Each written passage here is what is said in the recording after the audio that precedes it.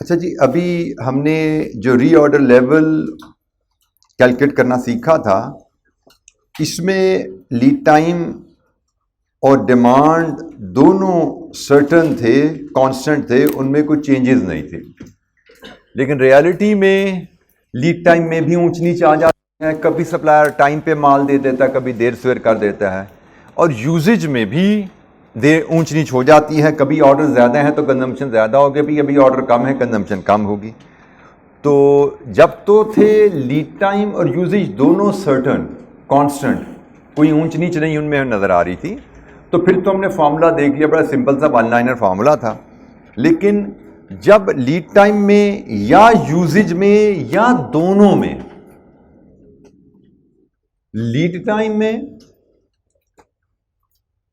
या यूजेज में या दोनों में एंड और है, ऊंच नीच आ जाए तो फिर हमें थोड़ी वर्किंग को अमेंड करना पड़ता है। और वो वर्किंग अमेंड कैसे होती है? फिर हम डिमांड ड्यूरिंग लीड टाइम नहीं लेते, maximum demand during lead time लेते हैं। फिर हम लीड टाइम नहीं लेते, मैक्सिमम लीड टाइम लेते हैं। जैसे इसको समझने के लिए आप इलस्ट्रेशन 12 के डाटा पे आओगे। इलस्ट्रेशन 12 का डाटा ये लीजिए। अच्छा, अब इसमें वो क्या कहता है कि record of Abbas limited for previous year shows detail relating to material triple A. एक मटेरियल की डिटेल है, डेली यूजेज 150, 120, 100 ऊंच नीच है जी। लीड टाइम 12, 10, 8 ऊंच नीच है, मतलब मैक्सिमम एवरेज मिनिमम। तो अब ये वो सिनेरियो है जिसकी हम बात कर रहे थे। अब यहां पे यूजेज में भी और लीड टाइम में वो दोनों में ही ऊंच नीच आ गई। हमने कहा था दोनों में आए किसी एक में आए, हमें फार्मूला मॉडिफाई करना पड़ता है कि जिस वैल्यू में ऊंच नीच है उसकी मैक्सिमम वैल्यू फार्मूला में ले जाओ।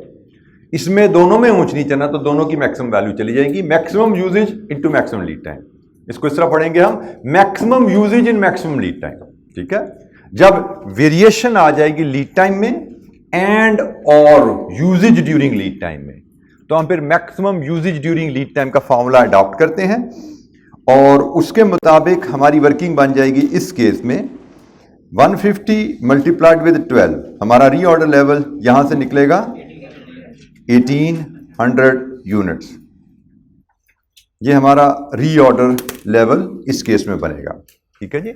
सो अगर डिमांड में एंड और लीड टाइम में, यूजेज में एंड और लीड टाइम में ऊंच नीच आ जाए तो फिर रीऑर्डर लेवल का फार्मूला मॉडिफाई होता है, maximum usage in maximum lead time. ये फार्मूला जनाब आप बनाते हैं। अच्छा, जब आप इस सिनेरियो में आते हैं uncertain lead time and usage में, तो यहां पे एक और टर्म फिर इंट्रोड्यूस होती है सेफ्टी स्टॉक की। अब सेफ्टी स्टॉक क्या है? देखिए, ये रिकॉर्ड बता रहा है कि हमारा गुजारा basically average usage into average lead time, हमारा गुजारा 1200 यूनिट से हो सकता था। ऑन एवरेज हम 120 यूनिट्स डेली इस्तेमाल करते हैं। ऑन एवरेज 10 दिनों में माल आता है। ऑन एवरेज हम 1200 यूनिट्स लीड टाइम में इस्तेमाल करते हैं। इसका मतलब हमारा गुजारा नॉर्मल हालात में 1200 यूनिट से हो सकता है, लेकिन हमने फैसला किया 1800 का रीऑर्डर लेवल रखने का। यह फैसला क्यों किया कि भाई गुजारा तो हमारा हो जाता है, लेकिन कभी यूजेज में ऊंच नीच हो जाती है, कभी ऑर्डर आने में देर सवेर हो जाती है, इसलिए 600 एक्स्ट्रा रख लो। हमारा 1200 यूनिट्स अपने पास रख के ऑर्डर दे देते, नॉर्मली गुजारा हो जाता है, लेकिन हम कह रहे हैं इस सूरत में हमें 1800 रख लेना चाहिए। वजह क्या है? कभी ऊंच नीच हो जाती है, तो इसलिए 600 एक्स्ट्रा रख लो। ये जो 600 एक्स्ट्रा रखा जाता है इसको सेफ्टी स्टॉक या बफर स्टॉक कहा जाता है। ये 600 एक्स्ट्रा हम क्यों रख रहे हैं अपने पास कि भाई कभी ऊंच नीच भी हो जाए तो हम सेफ रहें स्टॉक आउट होने से। कभी ऊंच नीच हो जाए यूजेज में या लीड टाइम में तो हम स्टॉक आउट से बचे रहें। सो सेफ्टी स्टॉक लेवल हमारा क्या है जनाब? ये फार्मूला हमारे सामने ऊपर लिखा नजर आ रहा है। Safety stock is equal to reorder level minus average usage in average lead time. Safety stock सिर्फ उस सूरत में कैलकुलेट किया जाएगा जब अनसर्टन लीड टाइम और वेरिंग डिमांड है। सिर्फ इसी सूरत में सेफ्टी स्टॉक कैलकुलेट किया जाता है।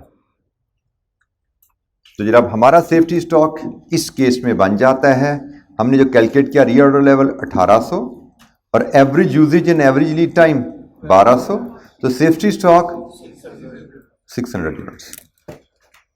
सो हमारा रीऑर्डर लेवल 1800 है, सेफ्टी स्टॉक 600 यूनिट्स है। सेफ्टी स्टॉक को समझने के लिए आप अगर वही एक ग्राफ शायद मैंने आपको बना के सिखाया था एवरेज स्टॉक का मतलब समझाने के लिए। मैंने कहा था भाई ये जीरो इन्वेंट्री लेवल है, हम स्टॉक इस्तेमाल करते जाते हैं वक्त गुजरने के साथ, ये टाइम है, जैसे जैसे वक्त गुजरते हैं हम स्टॉक इस्तेमाल करते जाते हैं। सपोज ये 1000 यूनिट्स है और ये 400 यूनिट्स है जो कि मेरा रीऑर्डर लेवल है। ठीक है, हो गया क्या, जब मेरा स्टॉक इस्तेमाल होते होते यहां पे पहुंचेगा, मुझे नया ऑर्डर प्लेस कर देने हैं। नया ऑर्डर प्लेस किया, वक्त के साथ स्टॉक इस्तेमाल होता रहा। जब हम यहां पे यूजेज ड्यूरिंग लीड टाइम खत्म होगा, साथ ही नया ऑर्डर आ जाएगा, हम वापस यहां चले जाते हैं और ये प्रोसेस इस तरह चलता रहता है। लेकिन जब लीड टाइम में या यूजेज में अनसर्टेनिटी वेरिएशन होती है, तो जरूरी नहीं कि हर वक्त यहां पे पहुंचने पे नया ऑर्डर आए। कभी ऑर्डर में डिले हो गया या कभी ऑर्डर हमें कंजम्पशन, कस्टमर के ऑर्डर ज्यादा आ गए, हमें ज्यादा रॉ मटेरियल इस्तेमाल करना पड़ा, तो ये खतरा आ जाता है, हम नेगेटिव जोन में चले जाएंगे, हम स्टॉक आउट हो जाएंगे। नया ऑर्डर भी आया नहीं और स्टॉक खत्म हो गया। दो वजूहात से हम यहाँ पे स्टॉक आउट हो सकते हैं कि या तो हमारी यूजेज बढ़ गई एक्स्ट्रा ऑर्डर आने की वजह से, या सप्लायर ने टाइम ज़्यादा लगा दिया, हम नेगेटिव जोन में जा रहे हैं। इसी को हल करने के लिए हम सेफ्टी स्टॉक रख लेते हैं कि भाई जैसे यहाँ पे हम कहते हैं हम 100 यूनिट का सेफ्टी स्टॉक रख लेते हैं, 100 यूनिट्स का सेफ्टी स्टॉक रख लेते हैं कि भाई रूटीन में तो हम यहाँ पे आए माल आ जाता चले जाते हैं, कभी देर से होगी तो हम स्टॉक आउट नहीं होंगे, हमारे पास सेफ्टी स्टॉक पड़ा हुआ है, हम बच जाएंगे, हम सेफ्टी स्टॉक में से यूनिट्स इस्तेमाल कर लेंगे।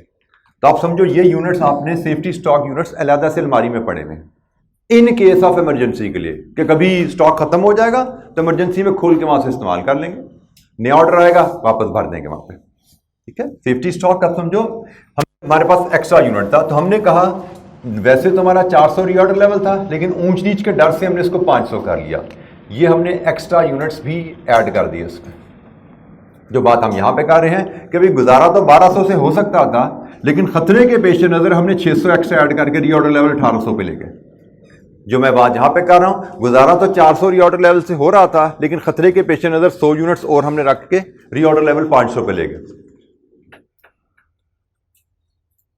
अच्छा जी, रीऑर्डर लेवल में जब सेफ्टी स्टॉक आपका एडजस्ट हो जाता है इस तरह की सूरत में, जब हम maximum reorder level, maximum usage during maximum lead time करते हैं, तो हमारे रीऑर्डर लेवल में सेफ्टी स्टॉक ऐड हो जाता है। इस सेफ्टी स्टॉक के ऐड होने से हमारा एवरेज इन्वेंट्री का फॉर्मूला भी बदल जाता है।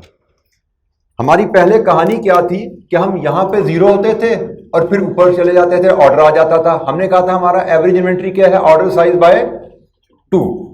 जैसे मेरा अगर ऑर्डर साइज 1000 है तो मैंने कहा था मेरा एवरेज इन्वेंट्री है 1000 बाय 2, कि मेरा स्टॉक कभी 0 है कभी 1000 है, तो एवरेज 500 हो गया।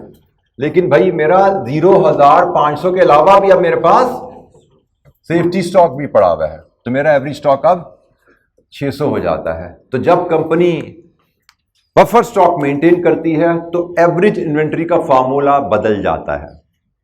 हमने पहले पढ़ा था average inventory is order size by 2, लेकिन अगर हमें पता लगे कि कंपनी सेफ्टी स्टॉक मेंटेन कर रही है तो सेफ्टी स्टॉक की वजह से एवरेज स्टॉक अब हमारा 500 नहीं रहा, 600 हो गया है, order size by 2 plus safety stock. So buffer stock या सेफ्टी स्टॉक आने से एवरेज इन्वेंट्री का फार्मूला बदल जाता है। ये जनाब हमारा एवरेज इन्वेंट्री का फार्मूला है जो आपके सामने मैंने लिखा। अच्छा जी, जरा एक रिवीजन एक्टिविटी करते हैं। इसमें दो टर्म्स और हम सीखेंगे। इलस्ट्रेशन 13 पे आइए। इसमें हमें कुछ डाटा दिया गया and we are asked to calculate reorder level, safety stock, average stock. ये तीन वैल्यूज आपको निकालनी आती हैं। इलस्ट्रेशन 13 में ये तीन वैल्यूज निकालिए, बाकी दो को मैं डिस्कस करूंगा। इलस्ट्रेशन 13 में जो तीन वैल्यूज मैंने टिक की हैं, इनको कैलकुलेट कीजिए।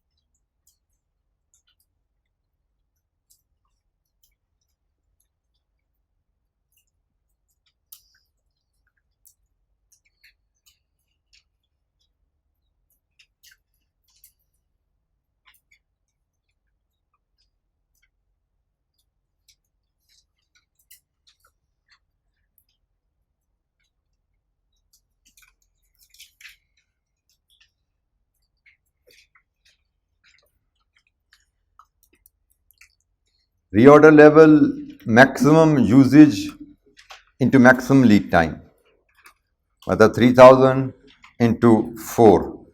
ये वीकली यूजेज है, ये भी वीक्स है। We can simply multiply these. ख्याल रखना है इनको अप्लाई करते हुए। 12,000 units.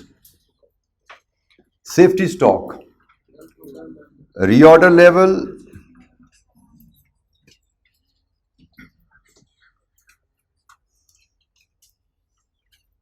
Minus average usage in average lead time. कितना आया जी? 4800 यूनिट्स।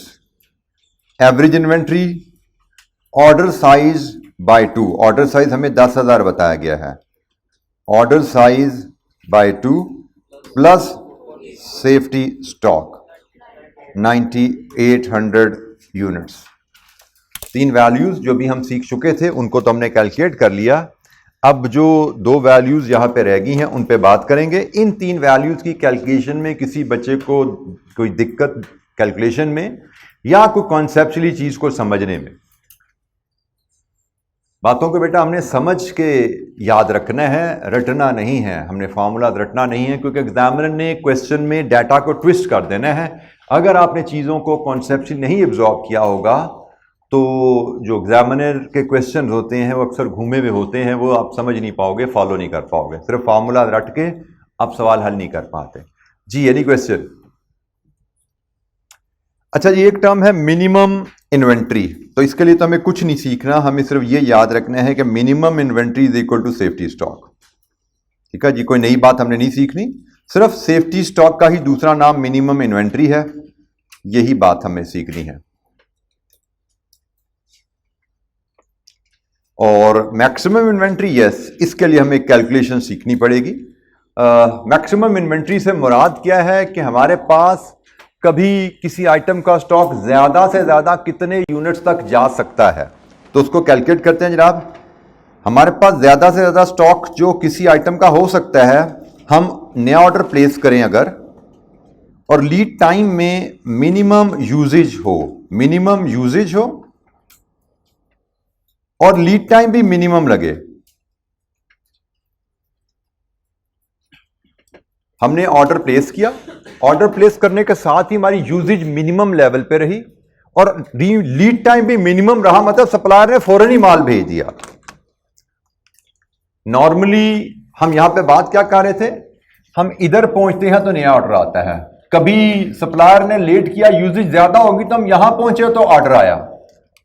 लेकिन हम बात कर रहे हैं मैक्सिमम लेवल, वो कहां से मेजर होगा कि हम अभी यहां पे ऑर्डर प्लेस किया, अभी थोड़े ही दिन गुजरे थे, थोड़ा ही माल इस्तेमाल किया था कि नया ऑर्डर आ गया। तो भाई इसका मतलब हमारा ऑर्डर जीरो यहां पे आता था, इधर जाते थे, इधर आता था तो स्टॉक लेवल इधर चला जाएगा ना।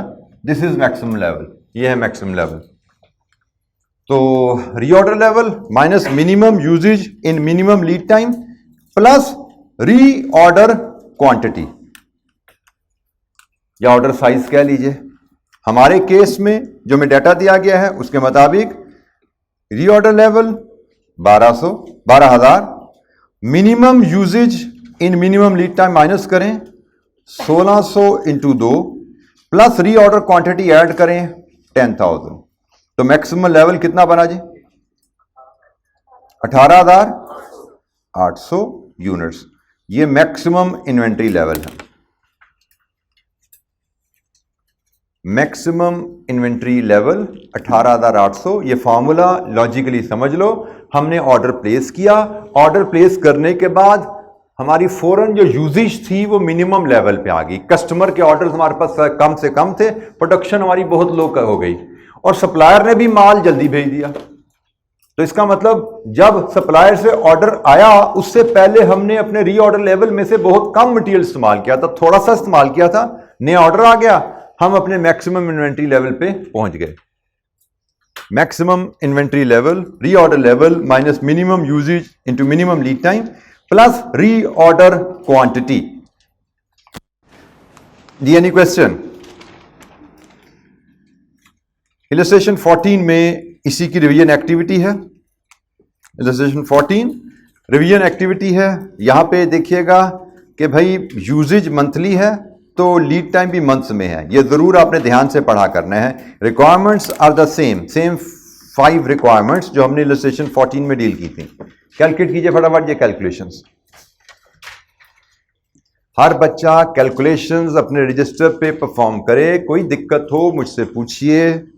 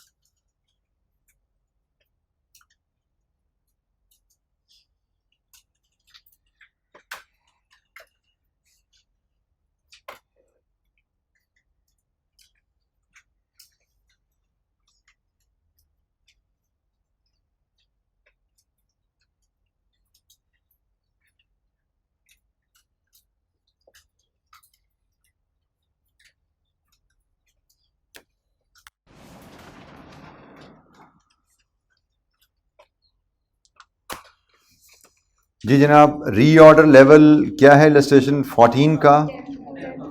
10,000। Safety stock 3,700। Maximum inventory level 18,500। Minimum level same, safety stock and average inventory 9,700। ठीक है जी। तो ये हमने स्टॉक आउट कॉस्ट को कम करने के कुछ तरीकों पे बात की, उससे रिलेटेड कुछ कैलकुलेशंस और कुछ टर्म्स हमने देखी।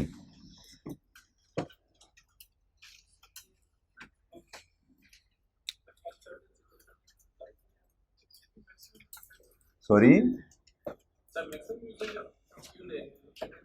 ताकि हम हर सूरत में स्टॉक आउट से बच जाएं। अगर मैंने एवरेज यूजेज के मुताबिक अपना रीऑर्डर लेवल कितना बनता है यहाँ से 6300 रख दिया, इसका क्या मतलब है कि मुझे 1.5 महीने में ऑर्डर आएगा और मैं महीने में 4300 इस्तेमाल करता हूँ, क्या 4200 यूनिट इस्तेमाल करता हूँ, तो क्या मैं 4200 यूनिट से ज़्यादा इस्तेमाल नहीं कर सकता महीने में? कर सकता हूँ। तो इसका मतलब अगर मैंने रीऑर्डर लेवल की बेस इसको बना ली तो मैं कभी ना कभी स्टॉक आउट हो जाऊंगा। लीड टाइम 1.5 महीने की जगह 2 महीने भी लग सकते हैं। अगर मैंने इसको बेस बना ली अपने रीऑर्डर लेवल की कैलकुलेशन की तो मैं कभी ना कभी स्टॉक आउट हो सकता हूं। तो मैक्सिमम यूजेज को और मैक्सिमम लीड टाइम को बेस बनाने का मकसद है कि मैं किसी सूरत स्टॉक आउट ना हो। यूजेज ज्यादा हो जाए तो भी मसला नहीं है, लीड टाइम ज्यादा लग जाए तो भी मसला नहीं है। इससे ज्यादा लीड टाइम नहीं लगना, इससे ज्यादा यूजेज नहीं होनी। इसका मतलब मेरी यूजेज ड्यूरिंग लीड टाइम 10,000 से ऊपर नहीं जाने वाली, तो मैं कभी स्टॉक आउट नहीं होऊंगा अगर मैं रीऑर्डर लेवल 10,000 पर रख लूं। तो this is an attempt to avoid stock out. Stock out से बचने का तरीका है रीऑर्डर लेवल को मैक्सिमम लेवल पे ले जाना जब अनसर्टेनिटी हो। जी बेटा।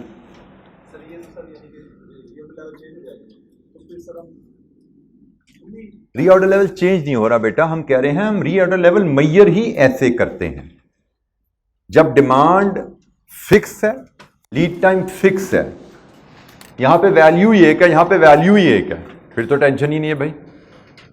डिमांड इनटू लीड टाइम खत्म होगी बात। हम कह रहे हैं कि जब यहां पे वैल्यूज ज्यादा हैं, यहां पे वैल्यूज ज्यादा हैं, तो फिर मैक्सिमम वैल्यूज लेनी है। हम रीऑर्डर लेवल चेंज नहीं कर रहे, हम रीऑर्डर लेवल कैलकुलेट करने का तरीका सीख रहे हैं ऐसी सूरत में। ठीक है बेटा, चीजों को जरा जिस तरह समझाया जाता है कोशिश किया करो उसी तरह एब्जॉर्ब किया करो। हम इस कंडीशन में जब हालात ऐसे हैं किसी कंपनी के, जब कंपनी इन हालात को फेस कर रही है तो उसको रीऑर्डर लेवल कैसे कैलकुलेट करना है, हम ये बात कर रहे हैं।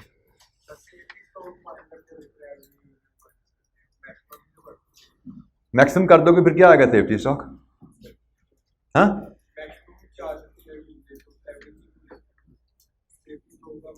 बेटा average usage during every lead time से मुराद है कि हमारा गुजारा इससे हो सकता था, हमारा गुजारा इससे हो सकता था, लेकिन इसमें स्टॉक आउट का रिस्क रहना था। एवरेज यूजेज मतलब हमारी कभी ऊंच नीच आती है, ऑन एवरेज हम इतना इस्तेमाल करते हैं, ऊंच नीच आती है लेकिन ऑन एवरेज इतने अरसे में ऑर्डर आ जाता है। हमारा गुजारा 6300 से हो सकता था, लेकिन हमने रीऑर्डर लेवल 10,000 पर रखा। क्यों? क्योंकि हमें डर है कि कभी ना कभी डिमांड में या कभी ना कभी लीड टाइम में इजाफा हो सकता है। तो हमने 6300 की जगह 10,000 यूनिट्स अपने पास रखने का फैसला किया ताकि हम किसी भी सूरत में रीऑर्डर लेवल से स्टॉक आउट से बच जाएं। तो हमने किसी भी सूरत में स्टॉक आउट से बचने के लिए, स्टॉक आउट के रिस्क को खत्म करने के लिए, जो थोड़ा सा रिस्क यहां पे रह गया था उसको खत्म करने के लिए हमने 3700 यूनिट्स एक्स्ट्रा रखे हैं। 3700 यूनिट्स हमने एक्स्ट्रा रखे हैं। हम 6300 रखते उससे भी गुजारा हो जाता, लेकिन शायद साल में एक दफा हमें स्टॉक आउट होना पड़ता। तो हमने कहा जी उससे भी बच जाओ, एक्स्ट्रा रख लो माल। इसलिए हमने रीऑर्डर लेवल जो हमने मैक्सिमम लेवल पे सेट किया, हम कह रहे हैं हमने इस कैलकुलेशन में 3700 एक्स्ट्रा यूनिट रख ली हैं। इस कैलकुलेशन में 3700 यूनिट्स इजाफी शामिल हो गए हैं, जिसको हम सेफ्टी स्टॉक कह रहे हैं। हमारी एवरेज यूजेज से ज्यादा हमने रीऑर्डर लेवल रख दिया है, 3700 यूनिट्स इजाफी रख लिए हैं, जिनको हम सेफ्टी स्टॉक कह रहे हैं। क्योंकि हम कह रहे हैं कि हमने 3700 यूनिट इजाफी रखे हैं स्टॉक आउट के किसी भी किस्म के खतरे से बचने के लिए। शायद में भी 70, 80, 90% हम यहां पे भी बच रहे हैं स्टॉक आउट से, लेकिन बहरहाल 5, 10, 15, 20% चांस स्टॉक आउट का रिस्क बहरहाल रहेगा। उस रिस्क को भी खत्म करना है तो 3700 यूनिट और रख लो सेफ्टी स्टॉक। जी बेटा।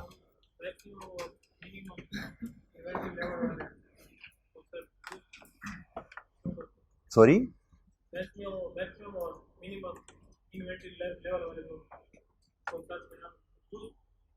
अच्छा, मैक्सिमम और मिनिमम इन्वेंट्री के कॉन्सेप्ट का इस्तेमाल क्या है? मिनिमम तो बेटा सेफ्टी स्टॉक है ना, मिनिमम लेवल तो आपको सेफ्टी स्टॉक बता रहा है कि भाई minimum level is your safety stock. Maximum inventory level हम क्यों कैलकुलेट कर रहे हैं इस पे हम बात कर लेते हैं।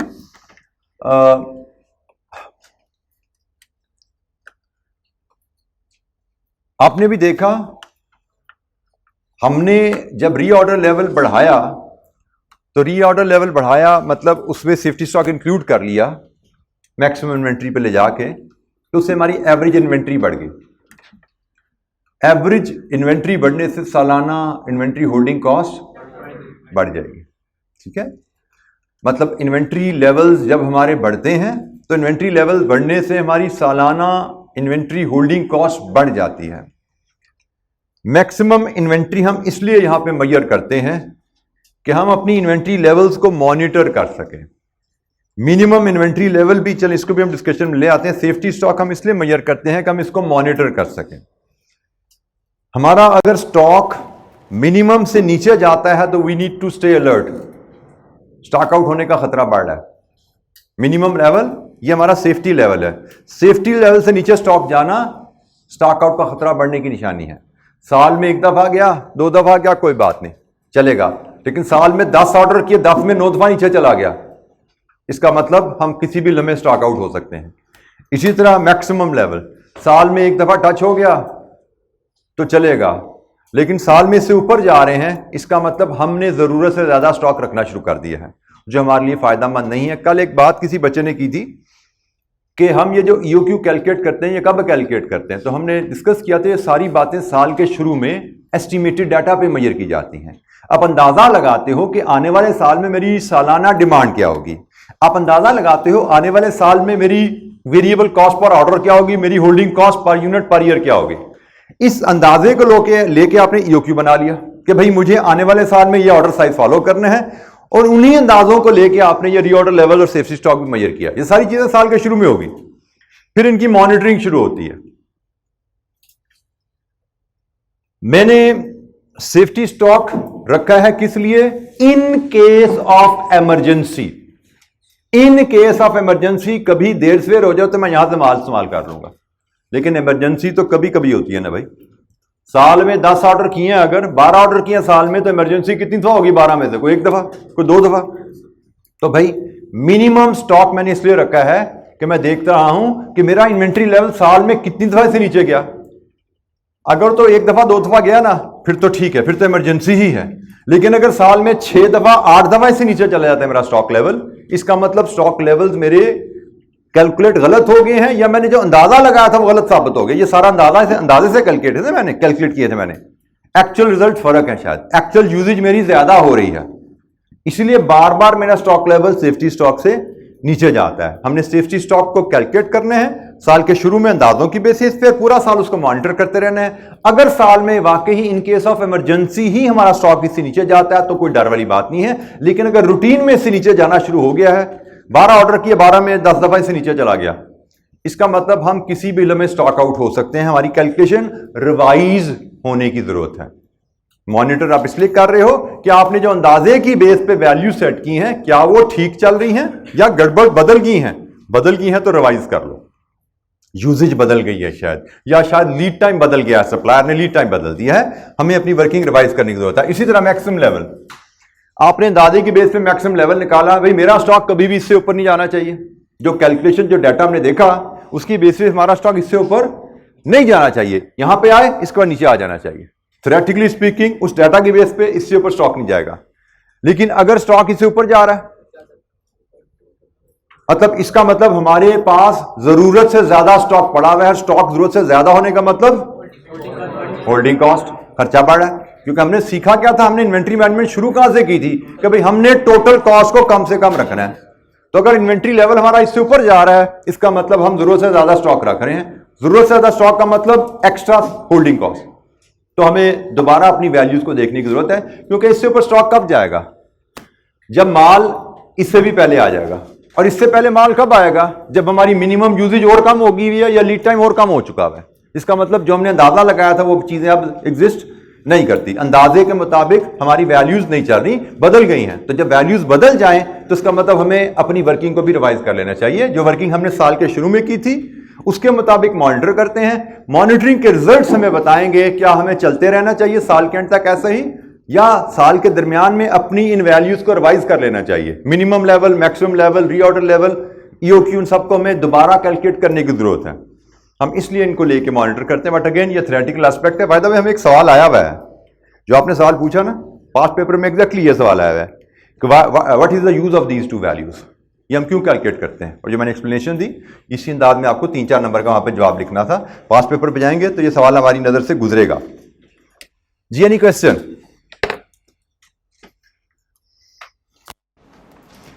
अच्छा जी, हमने अभी इलस्ट्रेशन नंबर 13-14 ये किया, तो अब बारी है जी इलस्ट्रेशन 15 की। देखते हैं जी इलस्ट्रेशन 15 क्या है, इसमें क्या एस्पेक्ट है। ये बाय द वे हमारे चैप्टर का जो पहला हिस्सा है वो खत्म हो चुका है, जिसमें हमने ऑर्डरिंग, होल्डिंग, परचेज और स्टॉक आउट कॉस्ट को कंट्रोल करना डिस्कस करना था, कैलकुलेट करना और कंट्रोल करना डिस्कस करना था, वो खत्म हो चुका है। ये उसकी एक आखिरी इलस्ट्रेशन हम देख रहे हैं। ये भी एक छोटा सा एग्जाम लेवल क्वेश्चन ही है। ये जो इलस्ट्रेशन है छोटा सा एग्जाम लेवल क्वेश्चन है, इसको डिस्कस करेंगे। इसके बाद कुछ पास्ट पेपर प्रैक्टिस क्वेश्चंस हैं, उनको देखेंगे before moving on to next advance part. छोटा सा हिस्सा है वो भी, बहुत ज्यादा कोई एडवांस नहीं है, लेकिन उसका डिफरेंट अगला एक हिस्सा है, उसको हम बाद में डिस्कस करेंगे। और याद रखिएगा, पिछली क्लास में एडवांस हिस्से को भूल के मैं अगले चैप्टर पे चला गया था, तो मुझे याद करा दीजिएगा भाई, हमने अभी ये चैप्टर खत्म नहीं हुआ, इसमें हमने अभी चैप्टर के मजीद हिस्सा भी पढ़ना होगा सवालों के बाद भी। नॉर्मली सवालों के बाद लगता है ना चैप्टर खत्म हो गया, तो मैं इस अजम्पशन के तहत अगले चैप्टर पे मूव कर गया था गलती से। अच्छा जी, इलस्ट्रेशन 15 रिक्वायरमेंट है calculate cost of current ordering policy and calculate how much annual saving could be obtained using EOQ. Current ordering policy की कॉस्ट क्या है और ईओक्यू से कितनी बचत ली जा सकती है सालाना। Asif limited orders 40,000 units of item zigzag when the inventory falls to 80,000। ये इसका ऑर्डर साइज है और ये इसका रीऑर्डर लेवल है। जब इन्वेंट्री 80,000 यूनिट्स रह जाती है तो 40,000 यूनिट्स का ऑर्डर दे दिया जाता है। Annual consumption of zigzag is 1.44 million units, ये आपकी डी की वैल्यू आ गई। The holding cost is 1.2 per unit per year, ये आपका CH आ गया। And cost of making an order for delivery of item is ₹300 पर ऑर्डर, ये CO हो गया। The supply lead time is 2 weeks, assume 50 weeks in a year. तुमसे कहा गया है करंट ऑर्डरिंग पॉलिसी और ईओक्यू इन दोनों सिस्टम के तहत एनुअल इन्वेंट्री कॉस्ट मेजर कीजिए और बताइए कि ईओक्यू से कुछ बचत होती है। तो यहां पे कौन कौन सी कॉस्ट हम मेजर कर सकते हैं? सिर्फ 2, होल्डिंग एंड ऑर्डरिंग। ठीक है, हमें इस केस में करना क्या है? पहले स्टेप में हम ईओक्यू कैलकुलेट करेंगे, इलस्ट्रेशन नंबर 15। पहले स्टेप में ईओक्यू कैलकुलेट होगा और दूसरे स्टेप में फिर सालाना कॉस्ट 2 ऑर्डर साइजेस के लिए कंपेयर हो जाएंगी। ऑर्डर साइज एक 40,000 और एक ईओक्यू, इनके लिए हम सालाना कॉस्ट कैलकुलेट कर लेंगे और वो सालाना कॉस्ट में हम annual ordering cost of ordering and holding ये लेंगे और देखेंगे टोटल क्या है दोनों सूरतों में, और सेविंग कोई आ रही है विद ईओक्यू, ईओक्यू से कितनी बचत हो रही है सालाना, ये हमारी रिक्वायरमेंट है। जी सबसे पहले ईओक्यू बताइए जी। 26833, दिस इज ईओक्यू।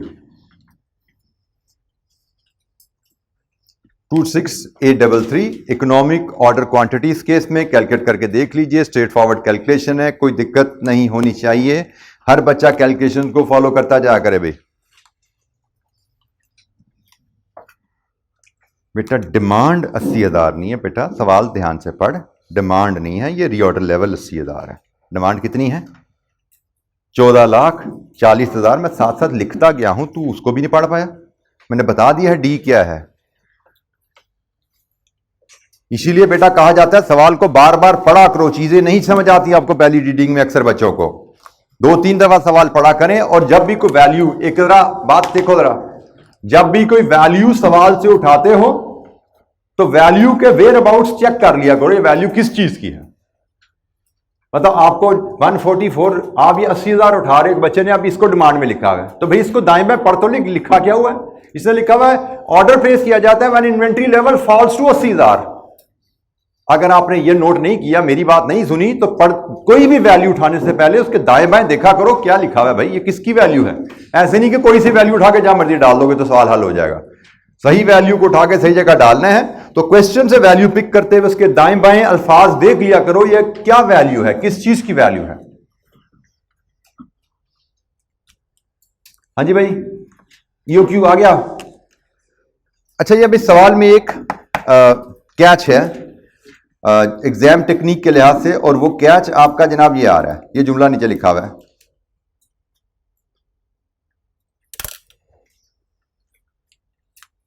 क्वेश्चन में सेफ्टी स्टॉक की सिग्निफिकेंस हमें पता है कि किसी क्वेश्चन में जब सेफ्टी स्टॉक गिवन हो तो सेफ्टी स्टॉक की वजह से हमारी एवरेज इन्वेंट्री की कैलकुलेशन बदल जाती है। ऐसे ही है, अगर किसी क्वेश्चन में सेफ्टी स्टॉक गिवन है तो उसकी वजह से हमारी एवरेज इन्वेंट्री की कैलकुलेशन बदलेगी, और average inventory into CH holding cost बदल जाती है। अच्छा, कुछ क्वेश्चन में तो सेफ्टी स्टॉक सीधा सीधा दिया जाएगा, लेकिन कुछ क्वेश्चन में सेफ्टी स्टॉक नहीं दिया जाता, इंस्टेड रीऑर्डर लेवल दिया जाता है। तो जब भी यहां पे नोट क्या लिखा हुआ है, जब भी किसी क्वेश्चन में रीऑर्डर लेवल दिया जाए तो देख लो सेफ्टी स्टॉक के फार्मूला की मदद से कि कहीं ये कंपनी सेफ्टी स्टॉक मेंटेन तो नहीं कर रही। सेफ्टी स्टॉक का फार्मूला क्या है? सेफ्टी स्टॉक का फार्मूला है reorder level minus average usage in average lead time. अब यहां पे देखो, यूजेज में और लीड टाइम में कोई ऊंच नीच नहीं रखी हुई उसने कहा है हमें कि भाई कंपनी की सालाना यूजेज 14,44,000 है, साल में 50 हफ्ते हैं, और लीड टाइम कितना है? 2 हफ्ते। तो इसके मुताबिक यूजेज ड्यूरिंग लीड टाइम 14,40,000 तकसीम 50 इंटू 2। तो बताइए यहां पे कुछ सेफ्टी स्टॉक है जी? सेफ्टी स्टॉक कितना बना? 22,400 यूनिट्स। ये सेफ्टी स्टॉक आ गया, ठीक है जी। Reorder level minus average usage into average lead time. यहां पे लीड टाइम की वैल्यू भी एक ही है तो वही एवरेज बन गई, और यूजेज की वैल्यू भी एक ही है तो वही एवरेज बन गई, ठीक है। तो पॉइंट क्या है, जब भी क्वेश्चन में सेफ्टी स्टॉक गिवन हो तो एवरेज इन्वेंट्री अकॉर्डिंगली कैलकुलेट करो। जब भी क्वेश्चन में रीऑर्डर लेवल गिवन है, ये कैलकुलेशन फार्मूले की मदद से चेक कर लो कहीं सेफ्टी स्टॉक तो नहीं छुपा हुआ इसमें, क्योंकि हमें पता है रीऑर्डर लेवल में सेफ्टी स्टॉक हिडन होता है, और हम इस फार्मूला की मदद से उसको चेक कर सकते हैं। यहां पे चेक किया तो सेफ्टी स्टॉक आ गया। अब जनाब इस सेफ्टी स्टॉक के मुताबिक वैल्यूज कैलकुलेट करें सारी। कंप्लीट कीजिए क्वेश्चन टेबल, कंप्लीट कीजिए और फाइनल वैल्यूज बताइए मुझे।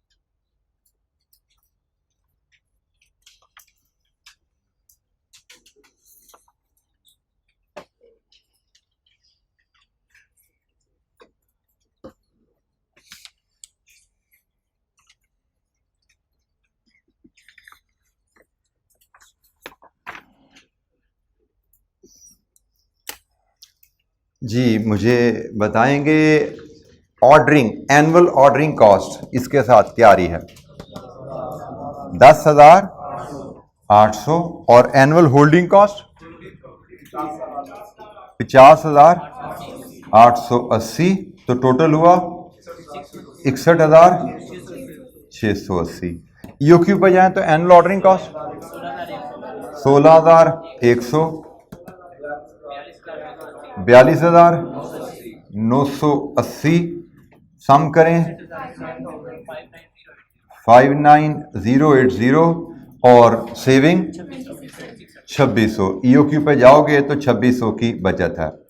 अच्छा भाई यहां पे वो नोट कर लो कि जब सेफ्टी स्टॉक आ जाता है तो फिर ये दोनों कॉस्ट बराबर नहीं रहती। हमने पढ़ा हुआ था कि ईओक्यू पे एनुअल ऑर्डरिंग कॉस्ट और एनुअल होल्डिंग कॉस्ट बराबर होते हैं, और मैंने आपको कहा था एक एक्सेप्शन आएगी। वो एक्सेप्शन ये है कि जब सेफ्टी स्टॉक आ जाती है तो फिर ये कॉस्ट बराबर नहीं होती। इसकी वजह देख लो, वजह क्या है?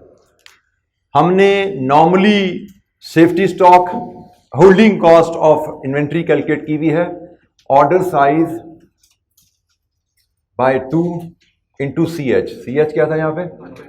1.20। जब सेफ्टी स्टॉक आ जाता है तो हमने कहा जी एवरेज इन्वेंट्री में ऑर्डर साइज बाय 2 में प्लस सेफ्टी स्टॉक ऐड कर दो। सेफ्टी स्टॉक जब ऐड करते हैं तो ये भी 1.2 से ज़रब खाता है। तो पहले हमारी होल्डिंग कॉस्ट कितनी थी? 16,100, इसमें ये मजीद ऐड होगी। ये कितनी बनी? 26,880। टोटल करोगे तो ये बनी 42,980। ये जो आपने कैलकुलेट की हुई है।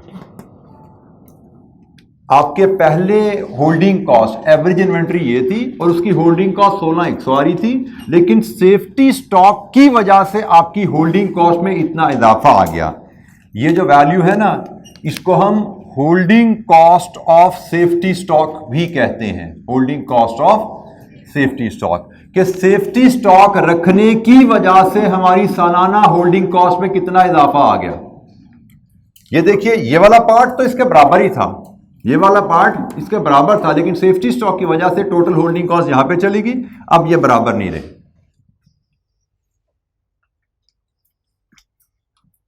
ऑर्डर साइज बाय 2 हमारी पहले एवरेज इन्वेंट्री कैलकुलेट करने की जो इक्वेशन थी उसमें सेफ्टी स्टॉक के शामिल होने की वजह से चेंज आया। पहले हम annual holding cost order size by 2 into CH करते थे, लेकिन बाद में हमने कहा नहीं भाई, इसमें सेफ्टी स्टॉक भी ऐड कर दो। अगर कंपनी सेफ्टी स्टॉक मेंटेन करती है तो सेफ्टी स्टॉक ऐड करने का इफेक्ट मैथमेटिकली ये आ जाता है। हमने इक्वेशन ये बना दी थी ना, 26,833 बटा 2 प्लस 22,400 इंटू 1.2। तो मैथमेटिकली इक्वेशन ओपन करो तो यही होगा ना भाई, ये इससे भी ज़रब खाएगा, ये इससे भी ज़रब खाएगा, ये इससे ज़रब खाएगा, ये इससे ज़रब खाएगा, और ये ऐड हो जाएंगे। ये इक्वेशन बनी थी हमारी। ये इक्वेशन को ओपन करें तो ये एक फैक्टर ये है, एक फैक्टर ये है, मैथमेटिकली 42,980। और ये कंपोनेंट सेफ्टी स्टॉक की होल्डिंग कॉस्ट कहलाता है। जी एनी क्वेश्चन?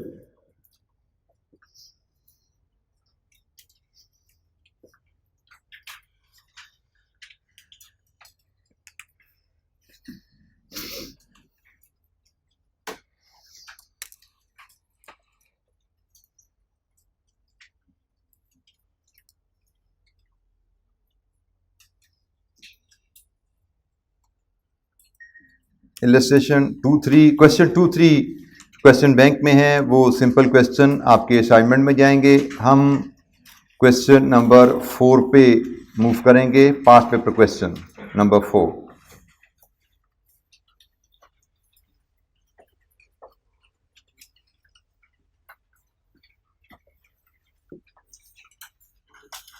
अच्छा जी, इससे पहले कि मैं भूल जाऊं, आप लोगों की लास्ट वीक असेसमेंट 1 हुई और उसकी परफॉर्मेंस हर 2 लिहाज से नहायत नाकिस है, एक अटेंडेंस वाइज भी और एक रिजल्ट वाइज भी। तो कल इस असेसमेंट की हम डिस्कशन करेंगे, लेकिन डिस्कशन का अंदाज होगा, आई विल एक्सपेक्ट कि आप तमाम बच्चों के पास इसका क्वेश्चन पेपर आ चुका है, आंसर शीट आ चुकी है और आपकी मार्क्ड शीट भी आपको मिल चुकी है।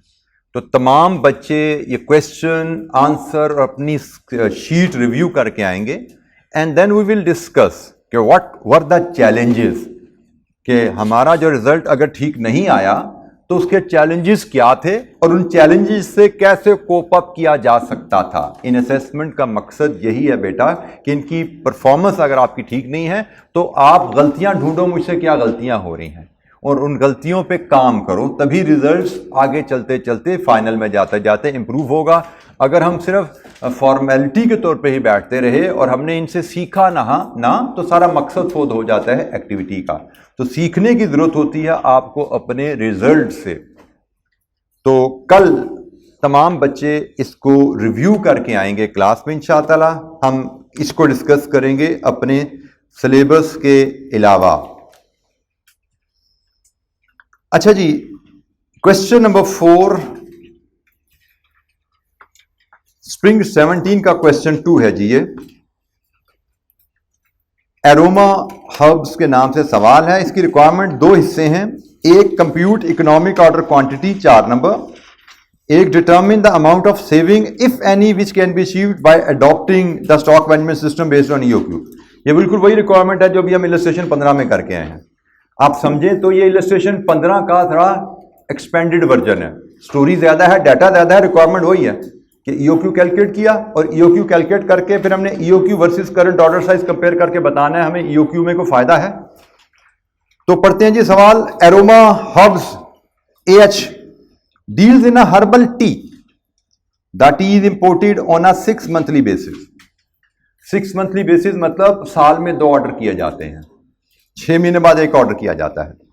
The management is considering to adopt a stock management system based on EOQ. अब कंपनी ईओक्यू पे जाने का सोच रही है। In this respect following information has been gathered. Annual sale of tea is estimated at 60,000 kgs at 1260 per kg। Sales are evenly distributed throughout the year. मतलब company चाय import करके बेचती है, ये मैन्युफैक्चरिंग कंपनी नहीं है, ये trading company है। इंपोर्ट करती है, खरीदती है चाय और फिर लोकल मार्केट में बेचती है। सालाना 60,000 kg 1260 के हिसाब से बेचती है। C&F value of the T after 10% discount is 900 पर kg। C&F वैल्यू से मुराद आप ले लो इनवाइस वैल्यू। C&F वैल्यू से मुराद इनवाइस वैल्यू होती है जी। सप्लायर आपको जो इनवाइस कर रहा है वो 10% डिस्काउंट के बाद 900 रुपए पर केजी है। Custom duty and sale tax are paid at the rate of 20% and 15% respectively. Sale tax paid at import stage is refundable in the same month. हमने पढ़ा हुआ है duties and taxes which are non refundable are included in cost. ठीक है, तो मतलब 20% और 15% में से 15% रिफंडेबल है, 20% रिफंडेबल नहीं है। So this should be added in our cost, ये हमारे कॉस्ट में ऐड होगी। कॉस्ट ऑफ मटेरियल 900 प्लस उसका 20% है। Use of EOQ model would reduce the quantity पर ऑर्डर। अभी साल में 2 ऑर्डर करते हो ना, मतलब 60,000 साल की डिमांड है, साल में 2 ऑर्डर करते हो तो करंट ऑर्डर साइज क्या हुआ? 30,000। बिल्कुल ठीक है जी। करंट ऑर्डर साइज हमारा 30,000 है और वो कह रहे हैं जब आप ईओक्यू पे जाओगे तो ऑर्डर साइज क्वांटिटी पर ऑर्डर आपकी रिड्यूस हो जाएगी।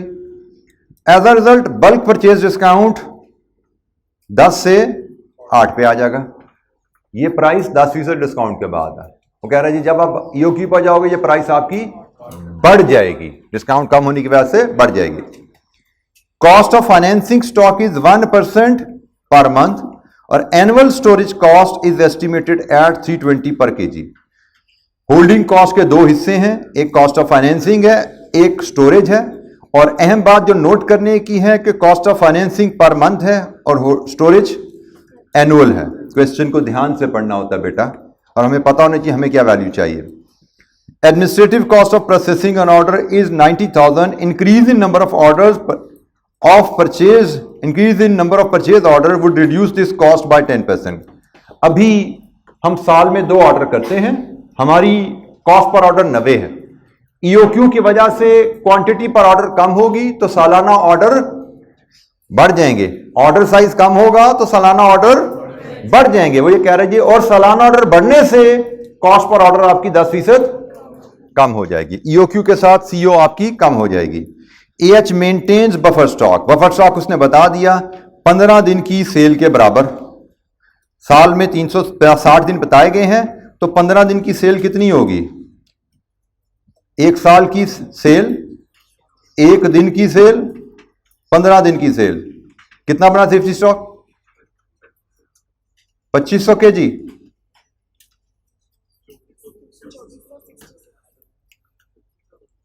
$60,000 तकसीम 360 इंटू 15, 2500। क्या कह रहे हो दोस्तों, शक है किसी को भी? 2500, कोई शक नहीं। चलें जी, तो जनाब अब हमें डाटा सारा हमारे पास है, हमें पहला काम करना है, यहाँ पे इकोनॉमिक ऑर्डर क्वांटिटी कैलकुलेट करनी है, और उसके बाद फिर हमने इकोनॉमिक ऑर्डर क्वांटिटी वर्सेस 30,000 इनका कंपैरिजन करना है। Economic order quantity question number 4, formula है 2COD/CH। Starting with D, value एक एक उठाते हैं जी। सालाना quantity to be purchase from the supplier कितनी है? 60,000। CO, अगर हम ईओक्यू को फॉलो करेंगे हमारी कॉस्ट पर ऑर्डर क्या होगी? 90,000। क्या 90,000 से 10% कम, 90,000 का 90%, 81,000। हमारी ऑर्डर कॉस्ट अभी 90,000 है, ईओक्यू पर जाने पे उसने कहा 10% कम हो जाएगी, 81 पे आ जाएगी। अब रहेगी आखिरी वैल्यू CH। CH में हमारे होल्डिंग कॉस्ट के 2 हिस्से हैं, एक स्टोरेज कॉस्ट, एक फाइनेंसिंग कॉस्ट। स्टोरेज कॉस्ट तो उसने हमें डायरेक्टली दिया हुआ है 320 रुपए पर केजी पर ईयर, ये तो आ गई सीधी सीधी। और फिर इसके बाद बारी आती है फाइनेंस कॉस्ट की। फाइनेंस कॉस्ट 1 महीने की गिवन है 1%, तो साल की कितनी हुई? 12%। तो ये सिंपली 1% इंटू 12 ये साल की होगी। इसको किससे मल्टीप्लाई करना है? कॉस्ट पर यूनिट से, यही सीखा हुआ जी हमने। फाइनेंस कॉस्ट 1 यूनिट को अपने गोदाम में 1 साल रखने का खर्चा कितना पड़ेगा? आप देखो 1 यूनिट को खरीद के गोदाम पे लाने में कितना पैसा लगा, उस पे 1 साल का इंटरेस्ट कैलकुलेट करना है। 1 यूनिट को खरीद के अपने गोदाम में लाने तक का खर्चा कितना है?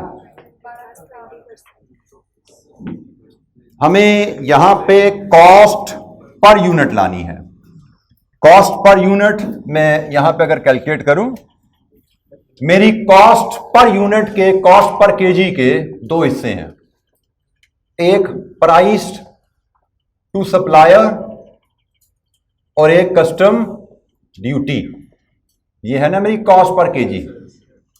प्राइस टू सप्लायर जी, कितनी प्राइस है जी? कितनी? बेटा को बोलो बेटा, जब मैं ईओक्यू पे जाऊंगा तो 900 रहेगी वो। मैं तो ईओक्यू के लिए CH कैलकुलेट कर रहा हूं, मैं ईओक्यू के लिए CH कैलकुलेट कर रहा हूं, तो मुझे वो प्राइस चाहिए जो मैं ईओक्यू को फॉलो करते हुए सप्लायर को पे करूंगा। मुझे बताया गया है कि भाई इसमें 10% डिस्काउंट कम हुआ है, इसका मतलब फुल प्राइस क्या है? 1000। अब मुझे कितना डिस्काउंट मिलना है? इसका मतलब अब मुझे 920 प्राइस पे करनी है। तो प्राइस टू सप्लायर जो मेरी होगी करंटली 900 है, लेकिन ये 90% है। 90 इंटू 100 कर दो, ये मेरी फुल प्राइस होगी। इसका 92% ये मैं सप्लायर को पे करूंगा। कितनी जी? 920। 1000 रुपया फुल प्राइस है सप्लायर की, जिसपे 10% डिस्काउंट के बाद 900 मैं पे करता हूं। अब मैं 1000 पे 10% डिस्काउंट लूंगा, तो 1000 में से 8% डिस्काउंट लूंगा। 8% डिस्काउंट के बाद मैं 920 पे करूंगा। कस्टम ड्यूटी 920 का 20%, कितनी बनी? 184। लीजिए जी, सम कर दीजिए, ये मेरी कॉस्ट पर केजी आ गई। मेरे गोदाम में पहुंचने पे मेरी जेब से कितना पैसा जाएगा? 1104। गोदाम में 1 केजी गोदाम में पहुंचाने पे मेरी जेब से जाएगा 1104, और इस पे 1 साल का इंटरेस्ट। ये जनाब यहां से अब दिस प्लस दिस CH निकला है आपका।